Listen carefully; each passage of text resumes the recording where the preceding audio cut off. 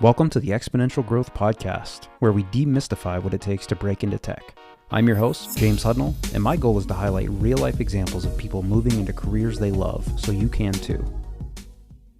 Joan Li, welcome to the show. Hi. How are you? I'm doing well, thank you. Why don't we start with the end in mind? What exactly is a technical recruiter at LinkedIn? Yeah. So for LinkedIn, I belong to the global talent organization.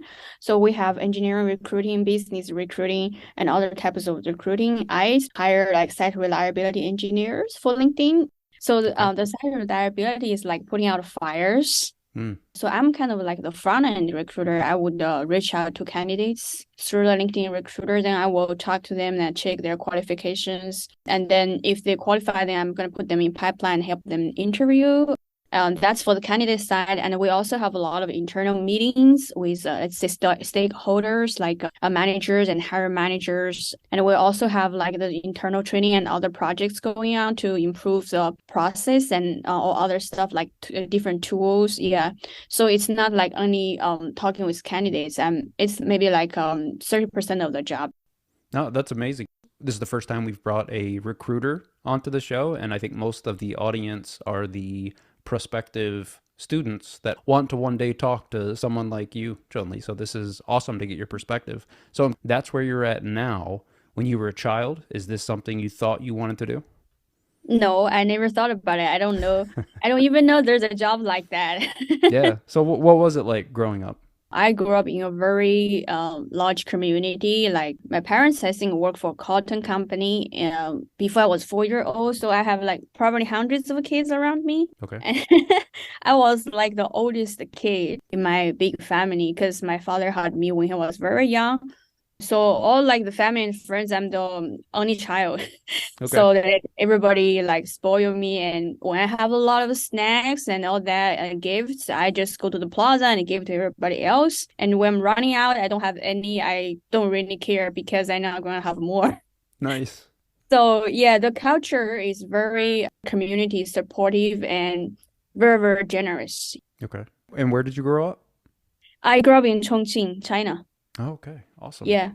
Okay. So I'm not familiar with I guess I'm not familiar with very much of China, but I'm curious. Throughout school, did you have opportunities to kind of explore different interests? Not very much back in those days, but we do have a lot of outdoor activities.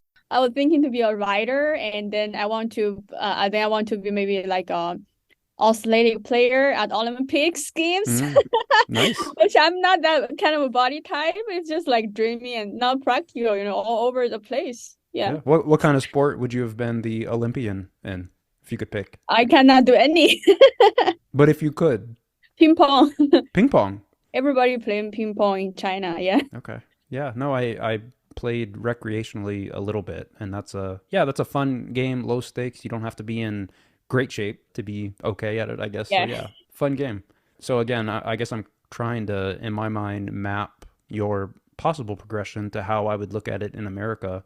So if when you were in the equivalency of high school over there, what was, yeah, I guess I would ask what was your plan because I know when I was in high school, Joan Lee, I was playing video games, didn't have much plans about the future, knew I was going to go to college, but didn't have much drive, motivation, or intention therein. So what was your mind like right there during that transition period? High school in China is super frustrated. Is you don't have your own time. You cannot play video games like that because you don't have your own time. Like I start boarding school like at early age, like 13 years old. So that's kind of like the first time I receive rejections in my life because like everybody around me is so nice to me, right? Yeah. I was in boarding school and my roommate, they don't compromise. So and I had six roommates and there was no hot water and no AC and no heat Mm, in the winter. So I feel like it's like a military, So my my goal is in high school is to get out of high school and go to okay. college pretty soon. And my mother told me, "Oh, when you go to college, you have all the freedom, so you can do whatever you want." And I think that's like America and China kind of like opposite, like because for us, like before college, which is like become a dad, 18 years old, right? You just the parents and the school and the society give you so much pressure. They want you to go to school, and school just means everything. And Yeah. It's very depressing. And in America, like you play all the way into college and you study in college. Like, so like when we go to college, we don't really know what we want. We just want to get out of the high school. Yeah. And we don't even have a PE class Mm. in high school. Like we used to have like one or two, like 45 minutes. And then the other teachers, like those important subjects like physics and math, the teachers, they just took over that. So we don't have any, there were very much exercise. Yeah. And we study like 12 hours a day. Yeah. Wow. Okay. And then, so I think I see you went to West Virginia University. Did you always plan on coming to America to go to college? Yeah, in the beginning, I want to go to UK because those good schools like Oxford and Cambridge. And when I was a teenager, right, in junior high, and when I go to college, I recognize oh those schools are very hard to get into, and UK is still kind of like small, and there's not that many job opportunities. Then I decided to come to America, so I applied to all like the East Coast and West Coast, those state universities. And when I was looking at the map, I saw oh West Virginia is close to the ocean. But like it's really like a shame because I studied geography and I thought West Virginia is close to the ocean. It's a little bit of a ways over there to really get to the ocean, Yeah. though, isn't it? Yeah, so they give me some scholarship. That's how I end up there. And people just wonder, oh, why you go there? Because the coal mining is not popular anymore.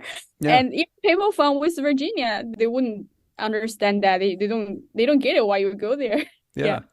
So I see you studied geographic information science, and so that was your master's. And backing up a little bit, it looks like you went, maybe you got your undergrad back where you lived. Is that right? Actually, I got a Bachelor of Science in Geography as undergraduate. That's like more like a teaching, like to be a high school geography teacher. But I hate Okay. high schools and I don't want to go back there anymore. But when I applying for the master, I don't know what to study, so I just keep studying, just more learn more technology about it because I Got it. didn't know what I want to study. Yeah. Okay. Yeah, no, my mindset was exactly the same as you, kind of, because when I went to college and I initially picked engineering just because it was, oh, that's hard. And look, they accepted me. Of course I can do it. And yeah, that didn't turn out great. I ended up changing to English because it was a lot easier to kind of drift as an English major as opposed to an engineering major. And long story short, I guess it worked out in the end. We're both talking. We both work at LinkedIn, but it definitely wasn't much intentionality on my part. So back to you. So you're still kind of continuing on this path, I guess, due mostly to inertia because you were already on it. So you graduate from West Virginia University. What's the plan then? Are you trying to get an internship maybe before you graduate in geography, or how does that play Oh, out? no, I had no idea at all. I had no plans when I graduated. I didn't apply for any jobs. I'm just like so far behind of everybody else. I don't even write my resume. Really? So like after like I was playing, I was traveling for 2 months after graduation, and then I got my OPT, so I can work. I had no idea at all like what's going on. But during that time, I went to a lot of like in-person networking events in New York. So when I go to New York, I don't know anybody. Like I drive all my car from West Virginia to New York, and when Yeah. I arrive in Manhattan, it's already like 11 p.m. and it's raining. It was raining like pouring. So and the people behind me are honking me. Like I was so panicking. Like it's like honking me. What should I do? There's Right. no way to get out. And I lost my phone Oh, on the highway station in Philadelphia. So I didn't have a phone. That's the first night I arrived in New York. It was oh terrible. wow. Yeah, and then because I went to all networking events, so I just meet some startups like CEOs and exchange information. Later on, talk in the office, and that's how basically I get hired at my first job is through those in-person networking. Yeah. Okay. Yeah, no, and I'd love to hear more about that. Like, so let me back up. So you go from West Virginia, you drive all night, sounds like, to New York. You lost your phone in Philadelphia. I'd be totally lost driving without my phone, Joan Lee. So I don't know how you made it to New York, but anyway, you did. And GPS. in the car. Okay. Yeah. So it sounds like you're just at this point, you're just kind of exploring. You said talking to CEOs and business leaders, just trying to maybe make connections and to feel out what you might want to do. Is that right? Yeah, yeah. I had an internship actually before that. I found that job on newspaper. Oh, wow. Because the newspaper people, I kind of like, I would say they're kind of serious because if you just post jobs online, it's free, right? But they have to spend out actually $200 to Hmm. post on the newspaper. So I just read newspaper and I call and I get that job. It's like sending ads on a Chinese Craigslist website. It's very famous actually in China called 58.com. Okay. So you can actually find that website anyway. Okay. The 58 is the number. So I was doing door-to-door sales. They are sending us banner ads on that Craigslist. Okay. I did that for 2 months, and during that time, I met that future boss, and it's like a sales job. Like recruiter is like a sales job too. You are selling the company, and you are selling the position. It's not that much different, you know. And you don't even need like any skills or degree Yeah. experience to be like a recruiter because you see them from all kinds of background, engineering, like psychology, Yeah. social work, all like physics, all type of major. Yeah. So you worked there, it looks like, for maybe 3 months or thereabouts. Yeah, it's an internship. Then I went to that first job, like it actually matches my major because I have to do that. Because the OPT and for the H-1B visa, you need to do something that's related to your major. Okay. So at that job, the boss gave me the opportunity. He even paid like the Udemy courses to let me learn coding. So I learned some coding there. Okay. But later on, I recognized I cannot really compete against like those hackers who are really talented. It's not like that I'm stupid. It's not like my mind is not there. Okay.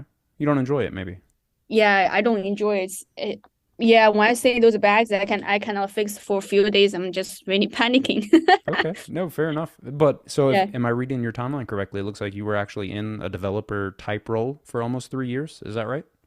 Yeah, for like I would say 1 or 2 years, I was just like developing some features that will integrate into the big app. So it's like a microservice.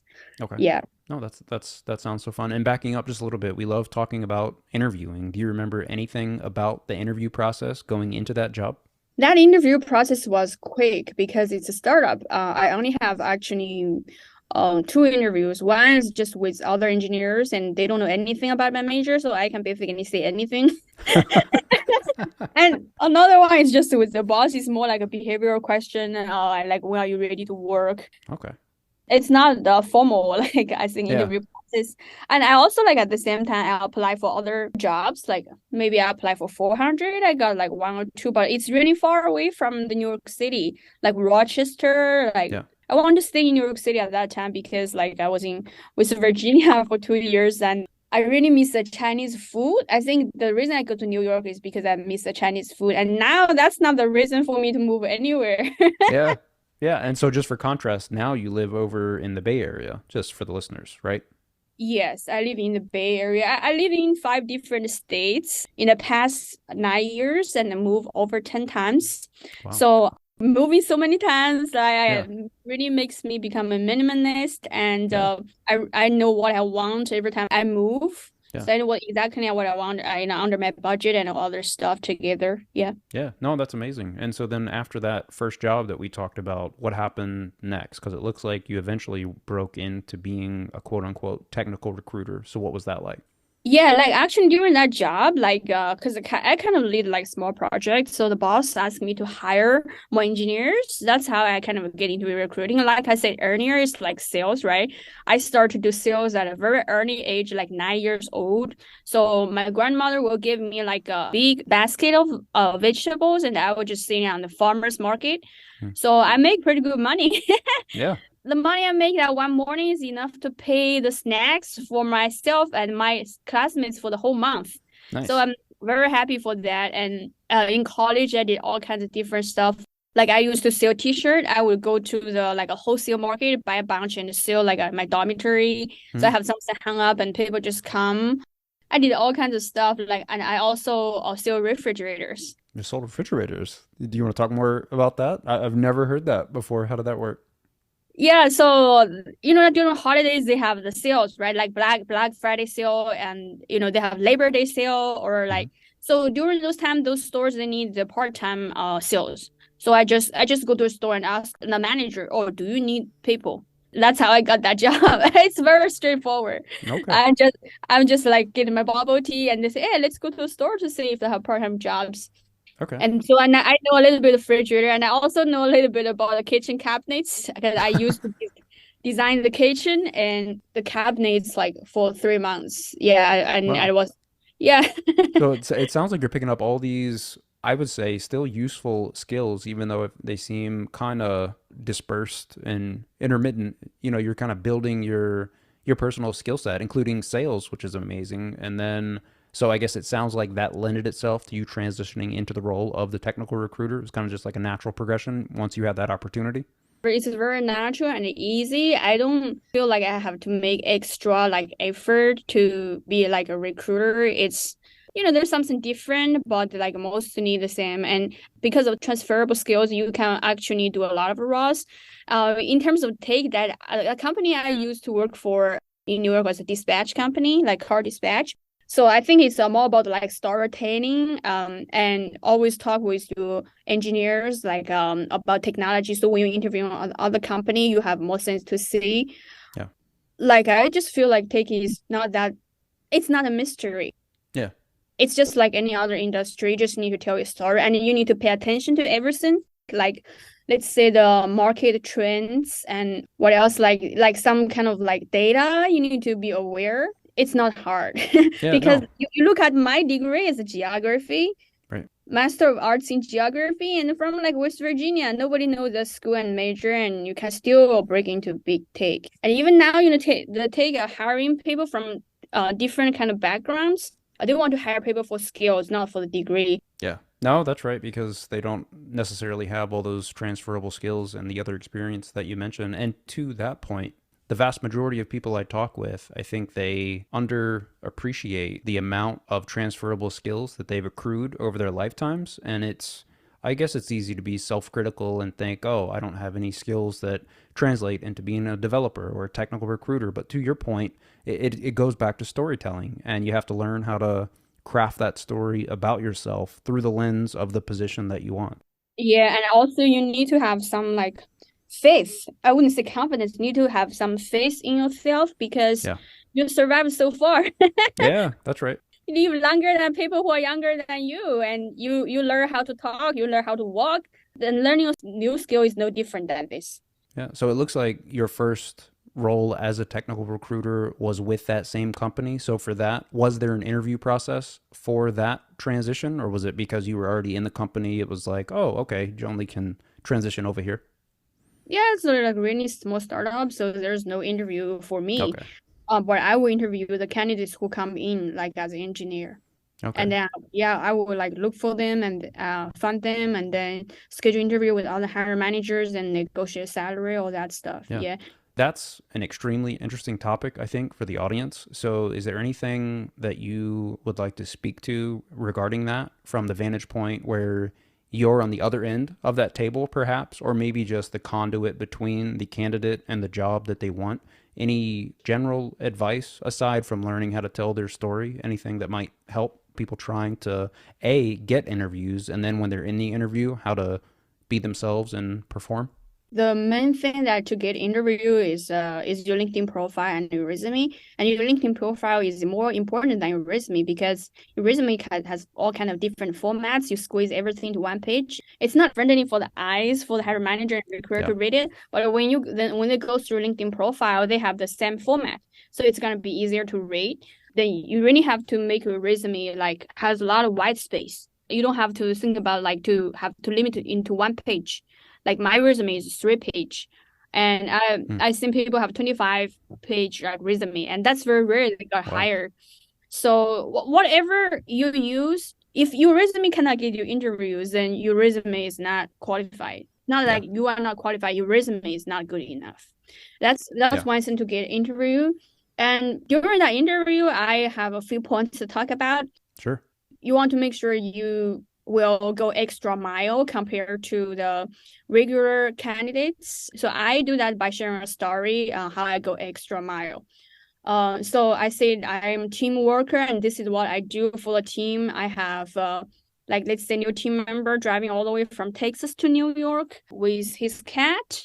When you have a pet, it's gonna be harder to find an apartment or housing, right? Yeah. Because the landlord, even though you pay extra for the pet, they don't want that. Yeah. So what I did is we found a newspaper and we go all the yellow pages. New York has a lot of different kind of yellow pages. Like we check like 200 listings, like within that one afternoon, and we make calls. Like then within the same day, we were able to find the housing for him, and then I loan him the deposit on that day. So we got that Okay. listing. That's nice. Hmm. Okay, this is going a little bit far. So basically, in the story is you going an extra mile, right? Hmm. Because you are very technical, and when you speak a recruiter, they are not very technical. So you just try to talk less with the specific things like technical things that will make them sleep. Yeah. No, that's very good advice. You want to be concise because they might be talking with 10 different candidates in the same day. So when you talk too Yeah. much, they get lost as well. So you are like nervous and they are nervous too because they don't know you. Yeah. So like let's say for the self introduction, which is the most important part, where you make sure you just talk no more than 30, no more than 2 minutes, right? And if it's Yeah. for the other simple questions, just keep under like 30 seconds or 1 minute. Just don't over talk. And Okay. before they even like talk with you and they just get on the phone call, ask how are you? And you can say something like, oh, do you need a water break? That will totally like Mm. make you stand out because they're always in meetings and they're delayed running around, so they don't have time to take a water break. And like basically you don't have to talk a lot. You want to give them a good impression. The conversation doesn't have to be Yeah. super long because this is just the first like recruiter phone screen. There are gonna be more important rounds like talking with the hiring manager and talk and technical modules coming up. So you don't want to like talk too much and use too much of their time. Yeah. It seems like that's a great tip that I'm going to use that. Not that I'm ever going to look for another job, but that's amazing. Something as simple as asking the recruiter if they need a minute for a water break or anything like that. It's so easy to do, and yeah, that first impression is so critical. So I really appreciate that. What are your stances on, let's say, I think I made a LinkedIn post about this. I didn't ask you for your opinion. I probably should have. So feel free to correct me. But I basically recommended people when they apply to, say, a job through LinkedIn Easy Apply. Let's pretend that if I was applying to LinkedIn as I guess as a SRE, because that's the group that maybe you help. What do you think about people that apply to that job and then they maybe find you on LinkedIn? They're not a connection and they send you a follow up message, very short, to just say, hey, Joan Li, I saw that you're a technical recruiter at LinkedIn. I was really excited because I just applied to this job and I just had to share it with somebody. I wanted to reach out to you and let you know that, I'd really enjoy the chance to work here and something like that. Not a direct ask for you, but just letting you know that they exist. Do you have a preference on that, whether that helps them or hurts them? That definitely like help, especially like when they send me a job link or they apply because some people just say, "Oh, can Oh, you look okay. at the resume and get a position for me?" Like, which position you want? Right. Because there's no recruiter existing in the world that can hire all the position for all the companies in any country. That Yeah. doesn't work. So each recruiter Yeah. is like even the headhunters, right? They will be just hiring for specific positions in the specific industry because when they Yeah. go niche down, that's how they get their expertise and they make money. So no recruiters Yeah. can hire all the positions. You just make sure that you are reaching out to the right recruiters and with the right message because like I look at your resume, you want to be like software engineer and a data scientist. That wouldn't work because those are totally Yeah. You got to different pick. like skill sets. And you also need to know the market, right? Yep. You just simply type like let's say software engineers or backend engineers in recruiter and then choose United States, say how many job exist there. You see how many job existing there and how many people are go for it. Like this is the data scientist for me is like kind of like a bubble because there are very limited positions in the company Yeah. for that. And all people from all backgrounds like physics, statistics, like even psychology, they want to get that position. It's just way too competitive. But if you just choose something Yeah. else like a career developer, like quality control developer, right? And SQL, even UI UX design is Yeah. much easier to break into take. You don't want to like go to choose like a niche that has too many people with too much competition with very limited job Yeah. openings. Yeah. No, that's a great perspective too. And just because we've never talked about, and I've never talked to a recruiter about that relationship, I can see the relationship with maybe applying to the job and things that you could do, but it's really interesting to hear your perspective as a recruiter for simple low-hanging fruit that candidates can do to increase their not just their chances at that job, but to establish that relationship with you, or even if you don't have something for them now, maybe in the future you may have something, and that'd be mutually beneficial. Yeah, yeah. And also like last time I post something like 3,000 people reach out to me on LinkedIn. There's no way that I can respond the message. So if they don't Yeah, respond to you, like you don't blame them. Oh, why you are not responding to me? Like how can I respond to yeah, 3,000 people, right? yeah.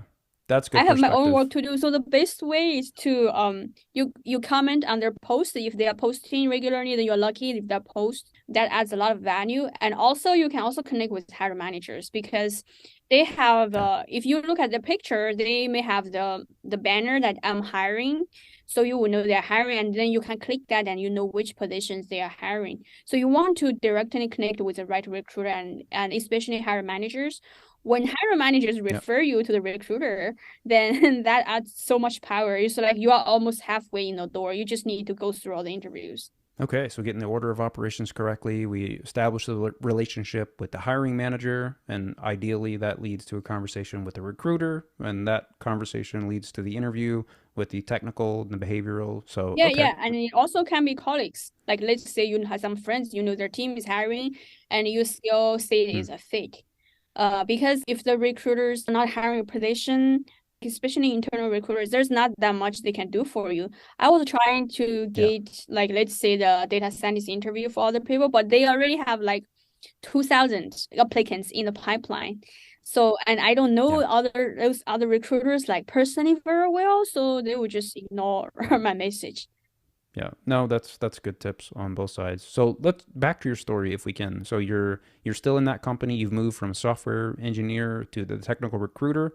I think I see that you moved on to Agora after that. So can you talk about that transition for Yeah, you? that Agora is it's a good company. They have good technology.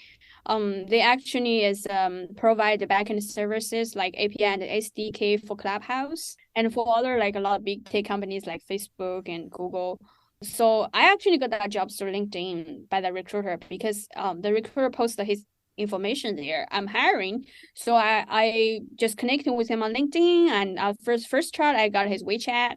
So you try to get the recruiters information besides just on LinkedIn because their LinkedIn is bombarded with message like emails, Yeah, WeChat or Facebook, whatever. Then I follow up for him for 1 month and get that job. And actually we not only talk about jobs, you don't want to just talk about jobs, like that's boring, you know. We talk about yeah, football, talk about food, you know, holidays, sure. and you can even send them like a recipe. So how to make your hometown like tasty food, you know, send them a recipe or YouTube Yeah, the video. personal Yeah, touch. it's very personal. Basically, recruiters or hiring manager on LinkedIn are no different than people around you. So you're just trying to make friends with them, and you know, if they Sure. don't have a position for you now, that's fine. They will know somebody or introduce you to somebody because you never know where your next opportunity will come from. Yeah, no, that's great. So many, I'm learning so many tips for establishing genuine connections with people. So I'm learning a ton. I know the audience is as well. We really appreciate it. Okay, so you establish this relationship on LinkedIn, you talk to them on WeChat, and then what? Do you have an interview process after that before you joined Agora? Oh, I had an interview like already, so I'm just following up. And they say I Okay. was hired by actually China team, and then the American team say, "Hey, if you don't want to join, we want to join." Oh, nice. It's good to be Yeah, wanted, right? yeah, Okay, and then so how was that role? Because I see you were in it for almost for 2 years. yeah. That role is good. Then I moved to LinkedIn. Yeah, Yeah. yeah. I actually got laid off by that role because of the economy. Oh, okay. So you were laid off before LinkedIn, is that right? Yeah, kind of. Yeah. Okay. So how was that period? Were you kind of regrouping, kind of figuring out how to get back into the recruiting? Were you doing anything else around that time? I was already interviewing at that later stage because they notify me, right? Oh, nice. That was very good planning in hindsight on your part. So that's amazing. Is there anything there on the during the interview process, just in case there are any aspiring technical recruiters that want to one day work at LinkedIn? Anything that you think might transfer to them to help them through that interview process? I think the most important thing is to really take advantage of the LinkedIn as a platform, not just a place to apply for jobs. Because I think Yeah. if I just apply, I applied for LinkedIn before, like as a data engineer, and never get an interview because for different reasons, because maybe too many people apply. So what you want to do is to really build like all-star LinkedIn profiles. I have all the tips about that. And then because then you have an all-star LinkedIn profile, you make sure you build at least 500 connections. Yeah. You build like storytelling LinkedIn profile, and when for your job experience, you want to make all the bullet points using numbers by basically quantify each Okay. bullet point for the job experience, and also you want to make sure you have recommendation letters, and then later on you can get like let's say engaged on LinkedIn, because like when you are doing a lot of engagement, you know what happens. The mystery or the secret is like when the recruiters search candidates, because you are active, you will be appear on top of their search, like the first Hmm. page, first one or two That's a good page, tip. so the recruiters will reach out to you. So you want to be active on LinkedIn, like let's say commenting on James' post and my post. Yeah. Commenting, not just Yeah. like commenting. And the commenting cannot be, oh, this is great, thanks for sharing. No, it Yeah. has to be something from your mind, like one or two sentences. Yeah. No, and I can definitely that's great advice, Joan. I can definitely see that. And I've been blown away at some of the comments on both my post and your post, just the thorough replies that we're both getting on different ideas that we're talking about. And it's just yeah, it's a great way to establish yourself, like you're saying, and even the algorithm, you being found in search results, that part aside, it's a great way to establish genuine rapport for people like Joan and with people like me, just to engage in their posts and to be active. And as Joan said, to not only treat it as a job hunting tool. So, And also, I want to mention that LinkedIn is the best like social media platform, because like I don't know if you like found this, like the same people from different platform are gonna behave so differently. Like people you are gonna meet yeah, on LinkedIn, because they are already here, they don't want to ruin their career, so they were like less likely to to yeah, mess you up. So they're yep, gonna be more like normal people to help you, like yeah, people to meet in person. yeah. Less like Twitter, I guess, and some other networks. Go LinkedIn. Unless, yeah, no spam, yeah. Yeah. Okay, so now you're a technical recruiter at LinkedIn. Do you have a typical day in the life of with your job? Yeah, like I said, like before, it's more like talking with candidates, have internal meetings and training.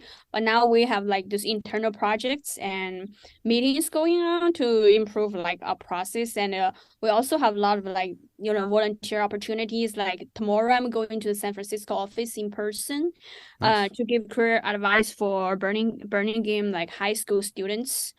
And and then campus we also have a lot of events going on, like next week. Friday is the Chinese New Year. So we have a lot of things going on, because work is not only your job is not only about work, right? There's Yeah. still a lot of things going on. We also have a lot of charity Yeah. opportunities you can volunteer, and so when you volunteer, you can get paid by the company and donate to them later on. Yeah. So yeah, and the campus is really great.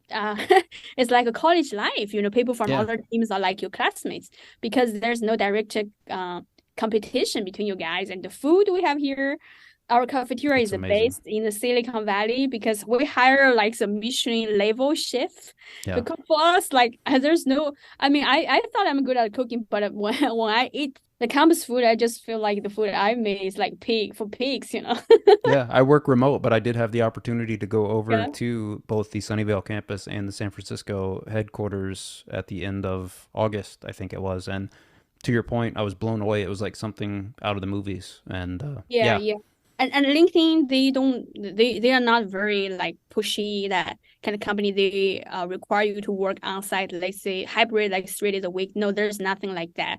yeah, Even though you are located here, you can just come anytime you want. yeah, And if there's like events maybe once a few months, then they want you to come, then that's very reasonable. Because even though yeah, you live like on the East Coast, another country, they still want you to come like once a while, right? yeah, Yeah. yeah. And the work-life balance is phenomenal. I don't have a Yeah. lot of other experience at other tech companies, but I can't imagine one having more work-life balanced Yeah, they provide approach. everything you need. Have gyms, like they even hire free coaches for you. And all type of different things. It's like before, I was dreaming to work for Google Yeah. like a few years ago because Google has the smartest engineers on the earth, right? So I thought if I go there, then I would have the big name and title. But now I look down to LinkedIn, I don't want Google anymore Yeah. because they do require you like those on-site Yeah. like hybrid on-site 3 days. I mean, I can come, but it's different feeling because you want to come when you feel you want to come, not being forced to go. Yeah.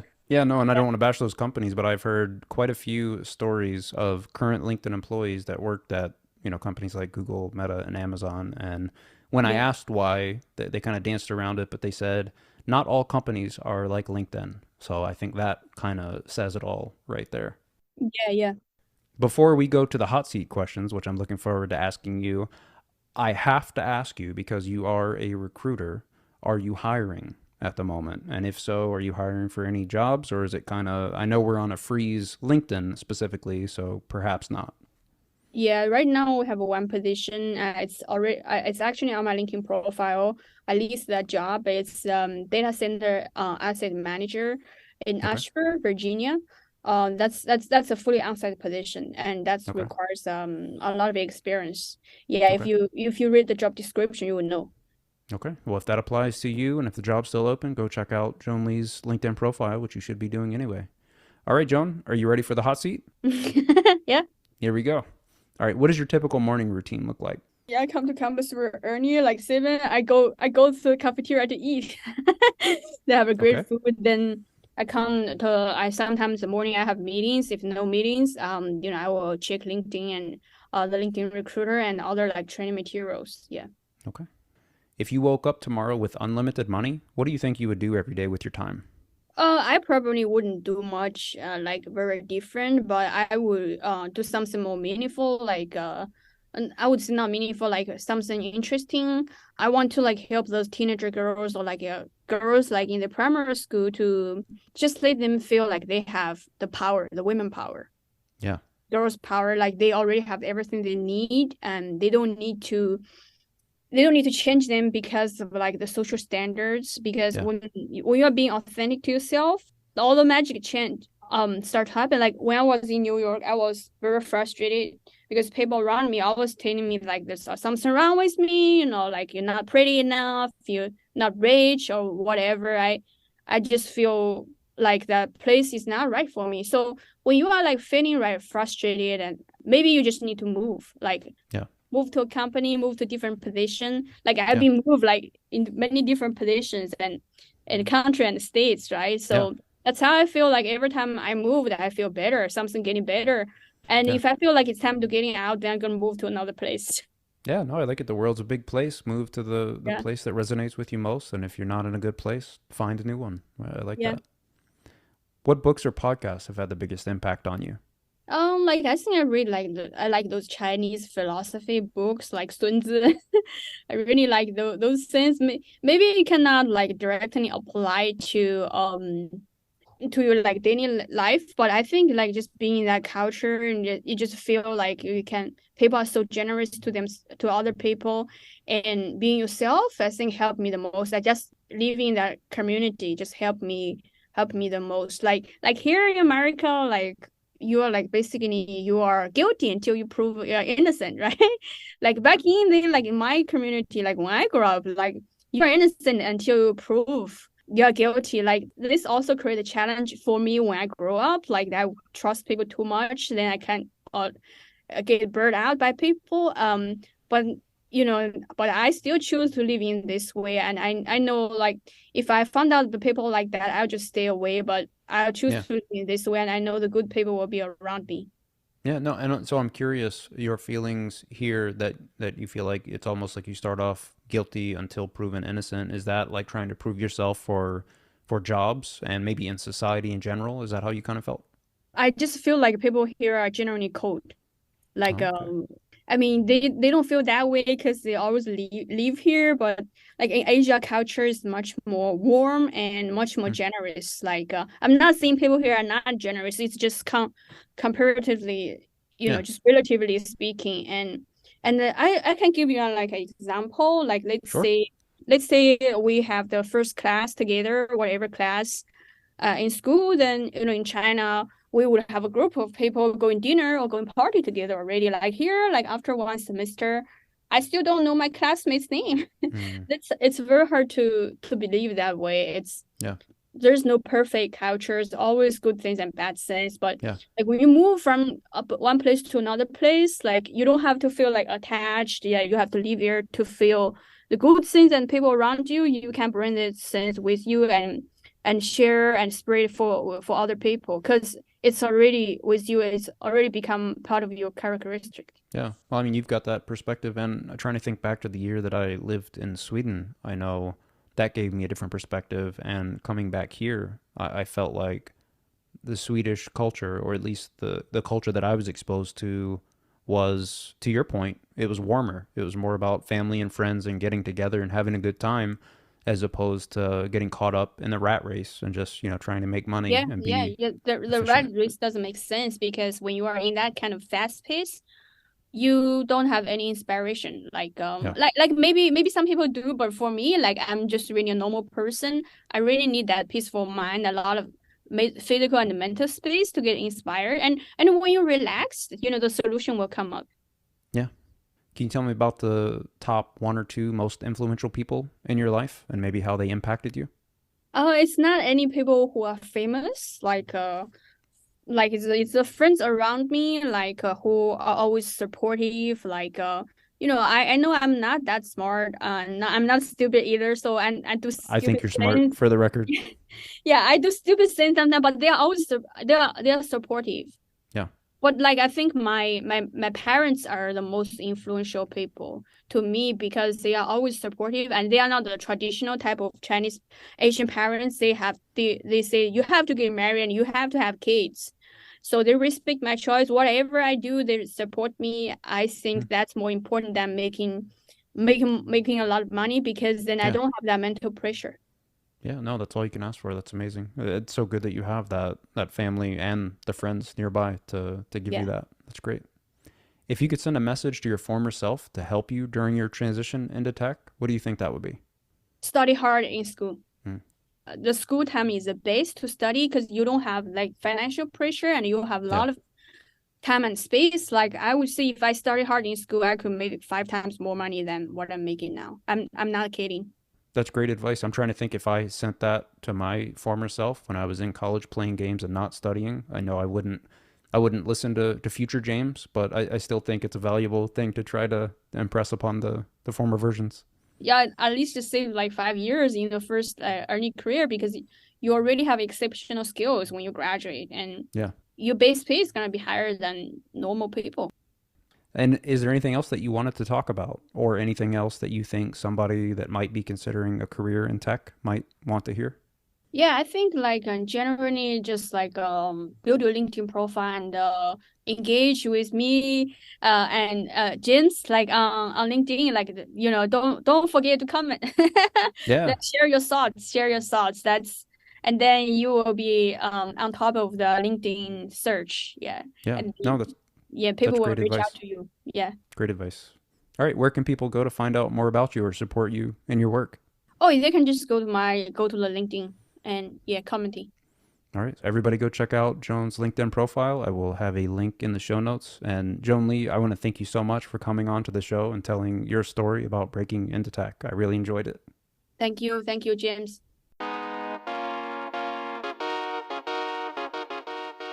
Thanks for listening. If you got value from today's show, please consider leaving a 5-star rating and a review on Apple or Spotify. It's a free way you can support the show and help other people just like you find the story and others like it. If you enjoyed this conversation, be sure to follow the show on whatever podcast application you use. And most importantly, if you know someone that might be interested in breaking into tech, tell them about the show.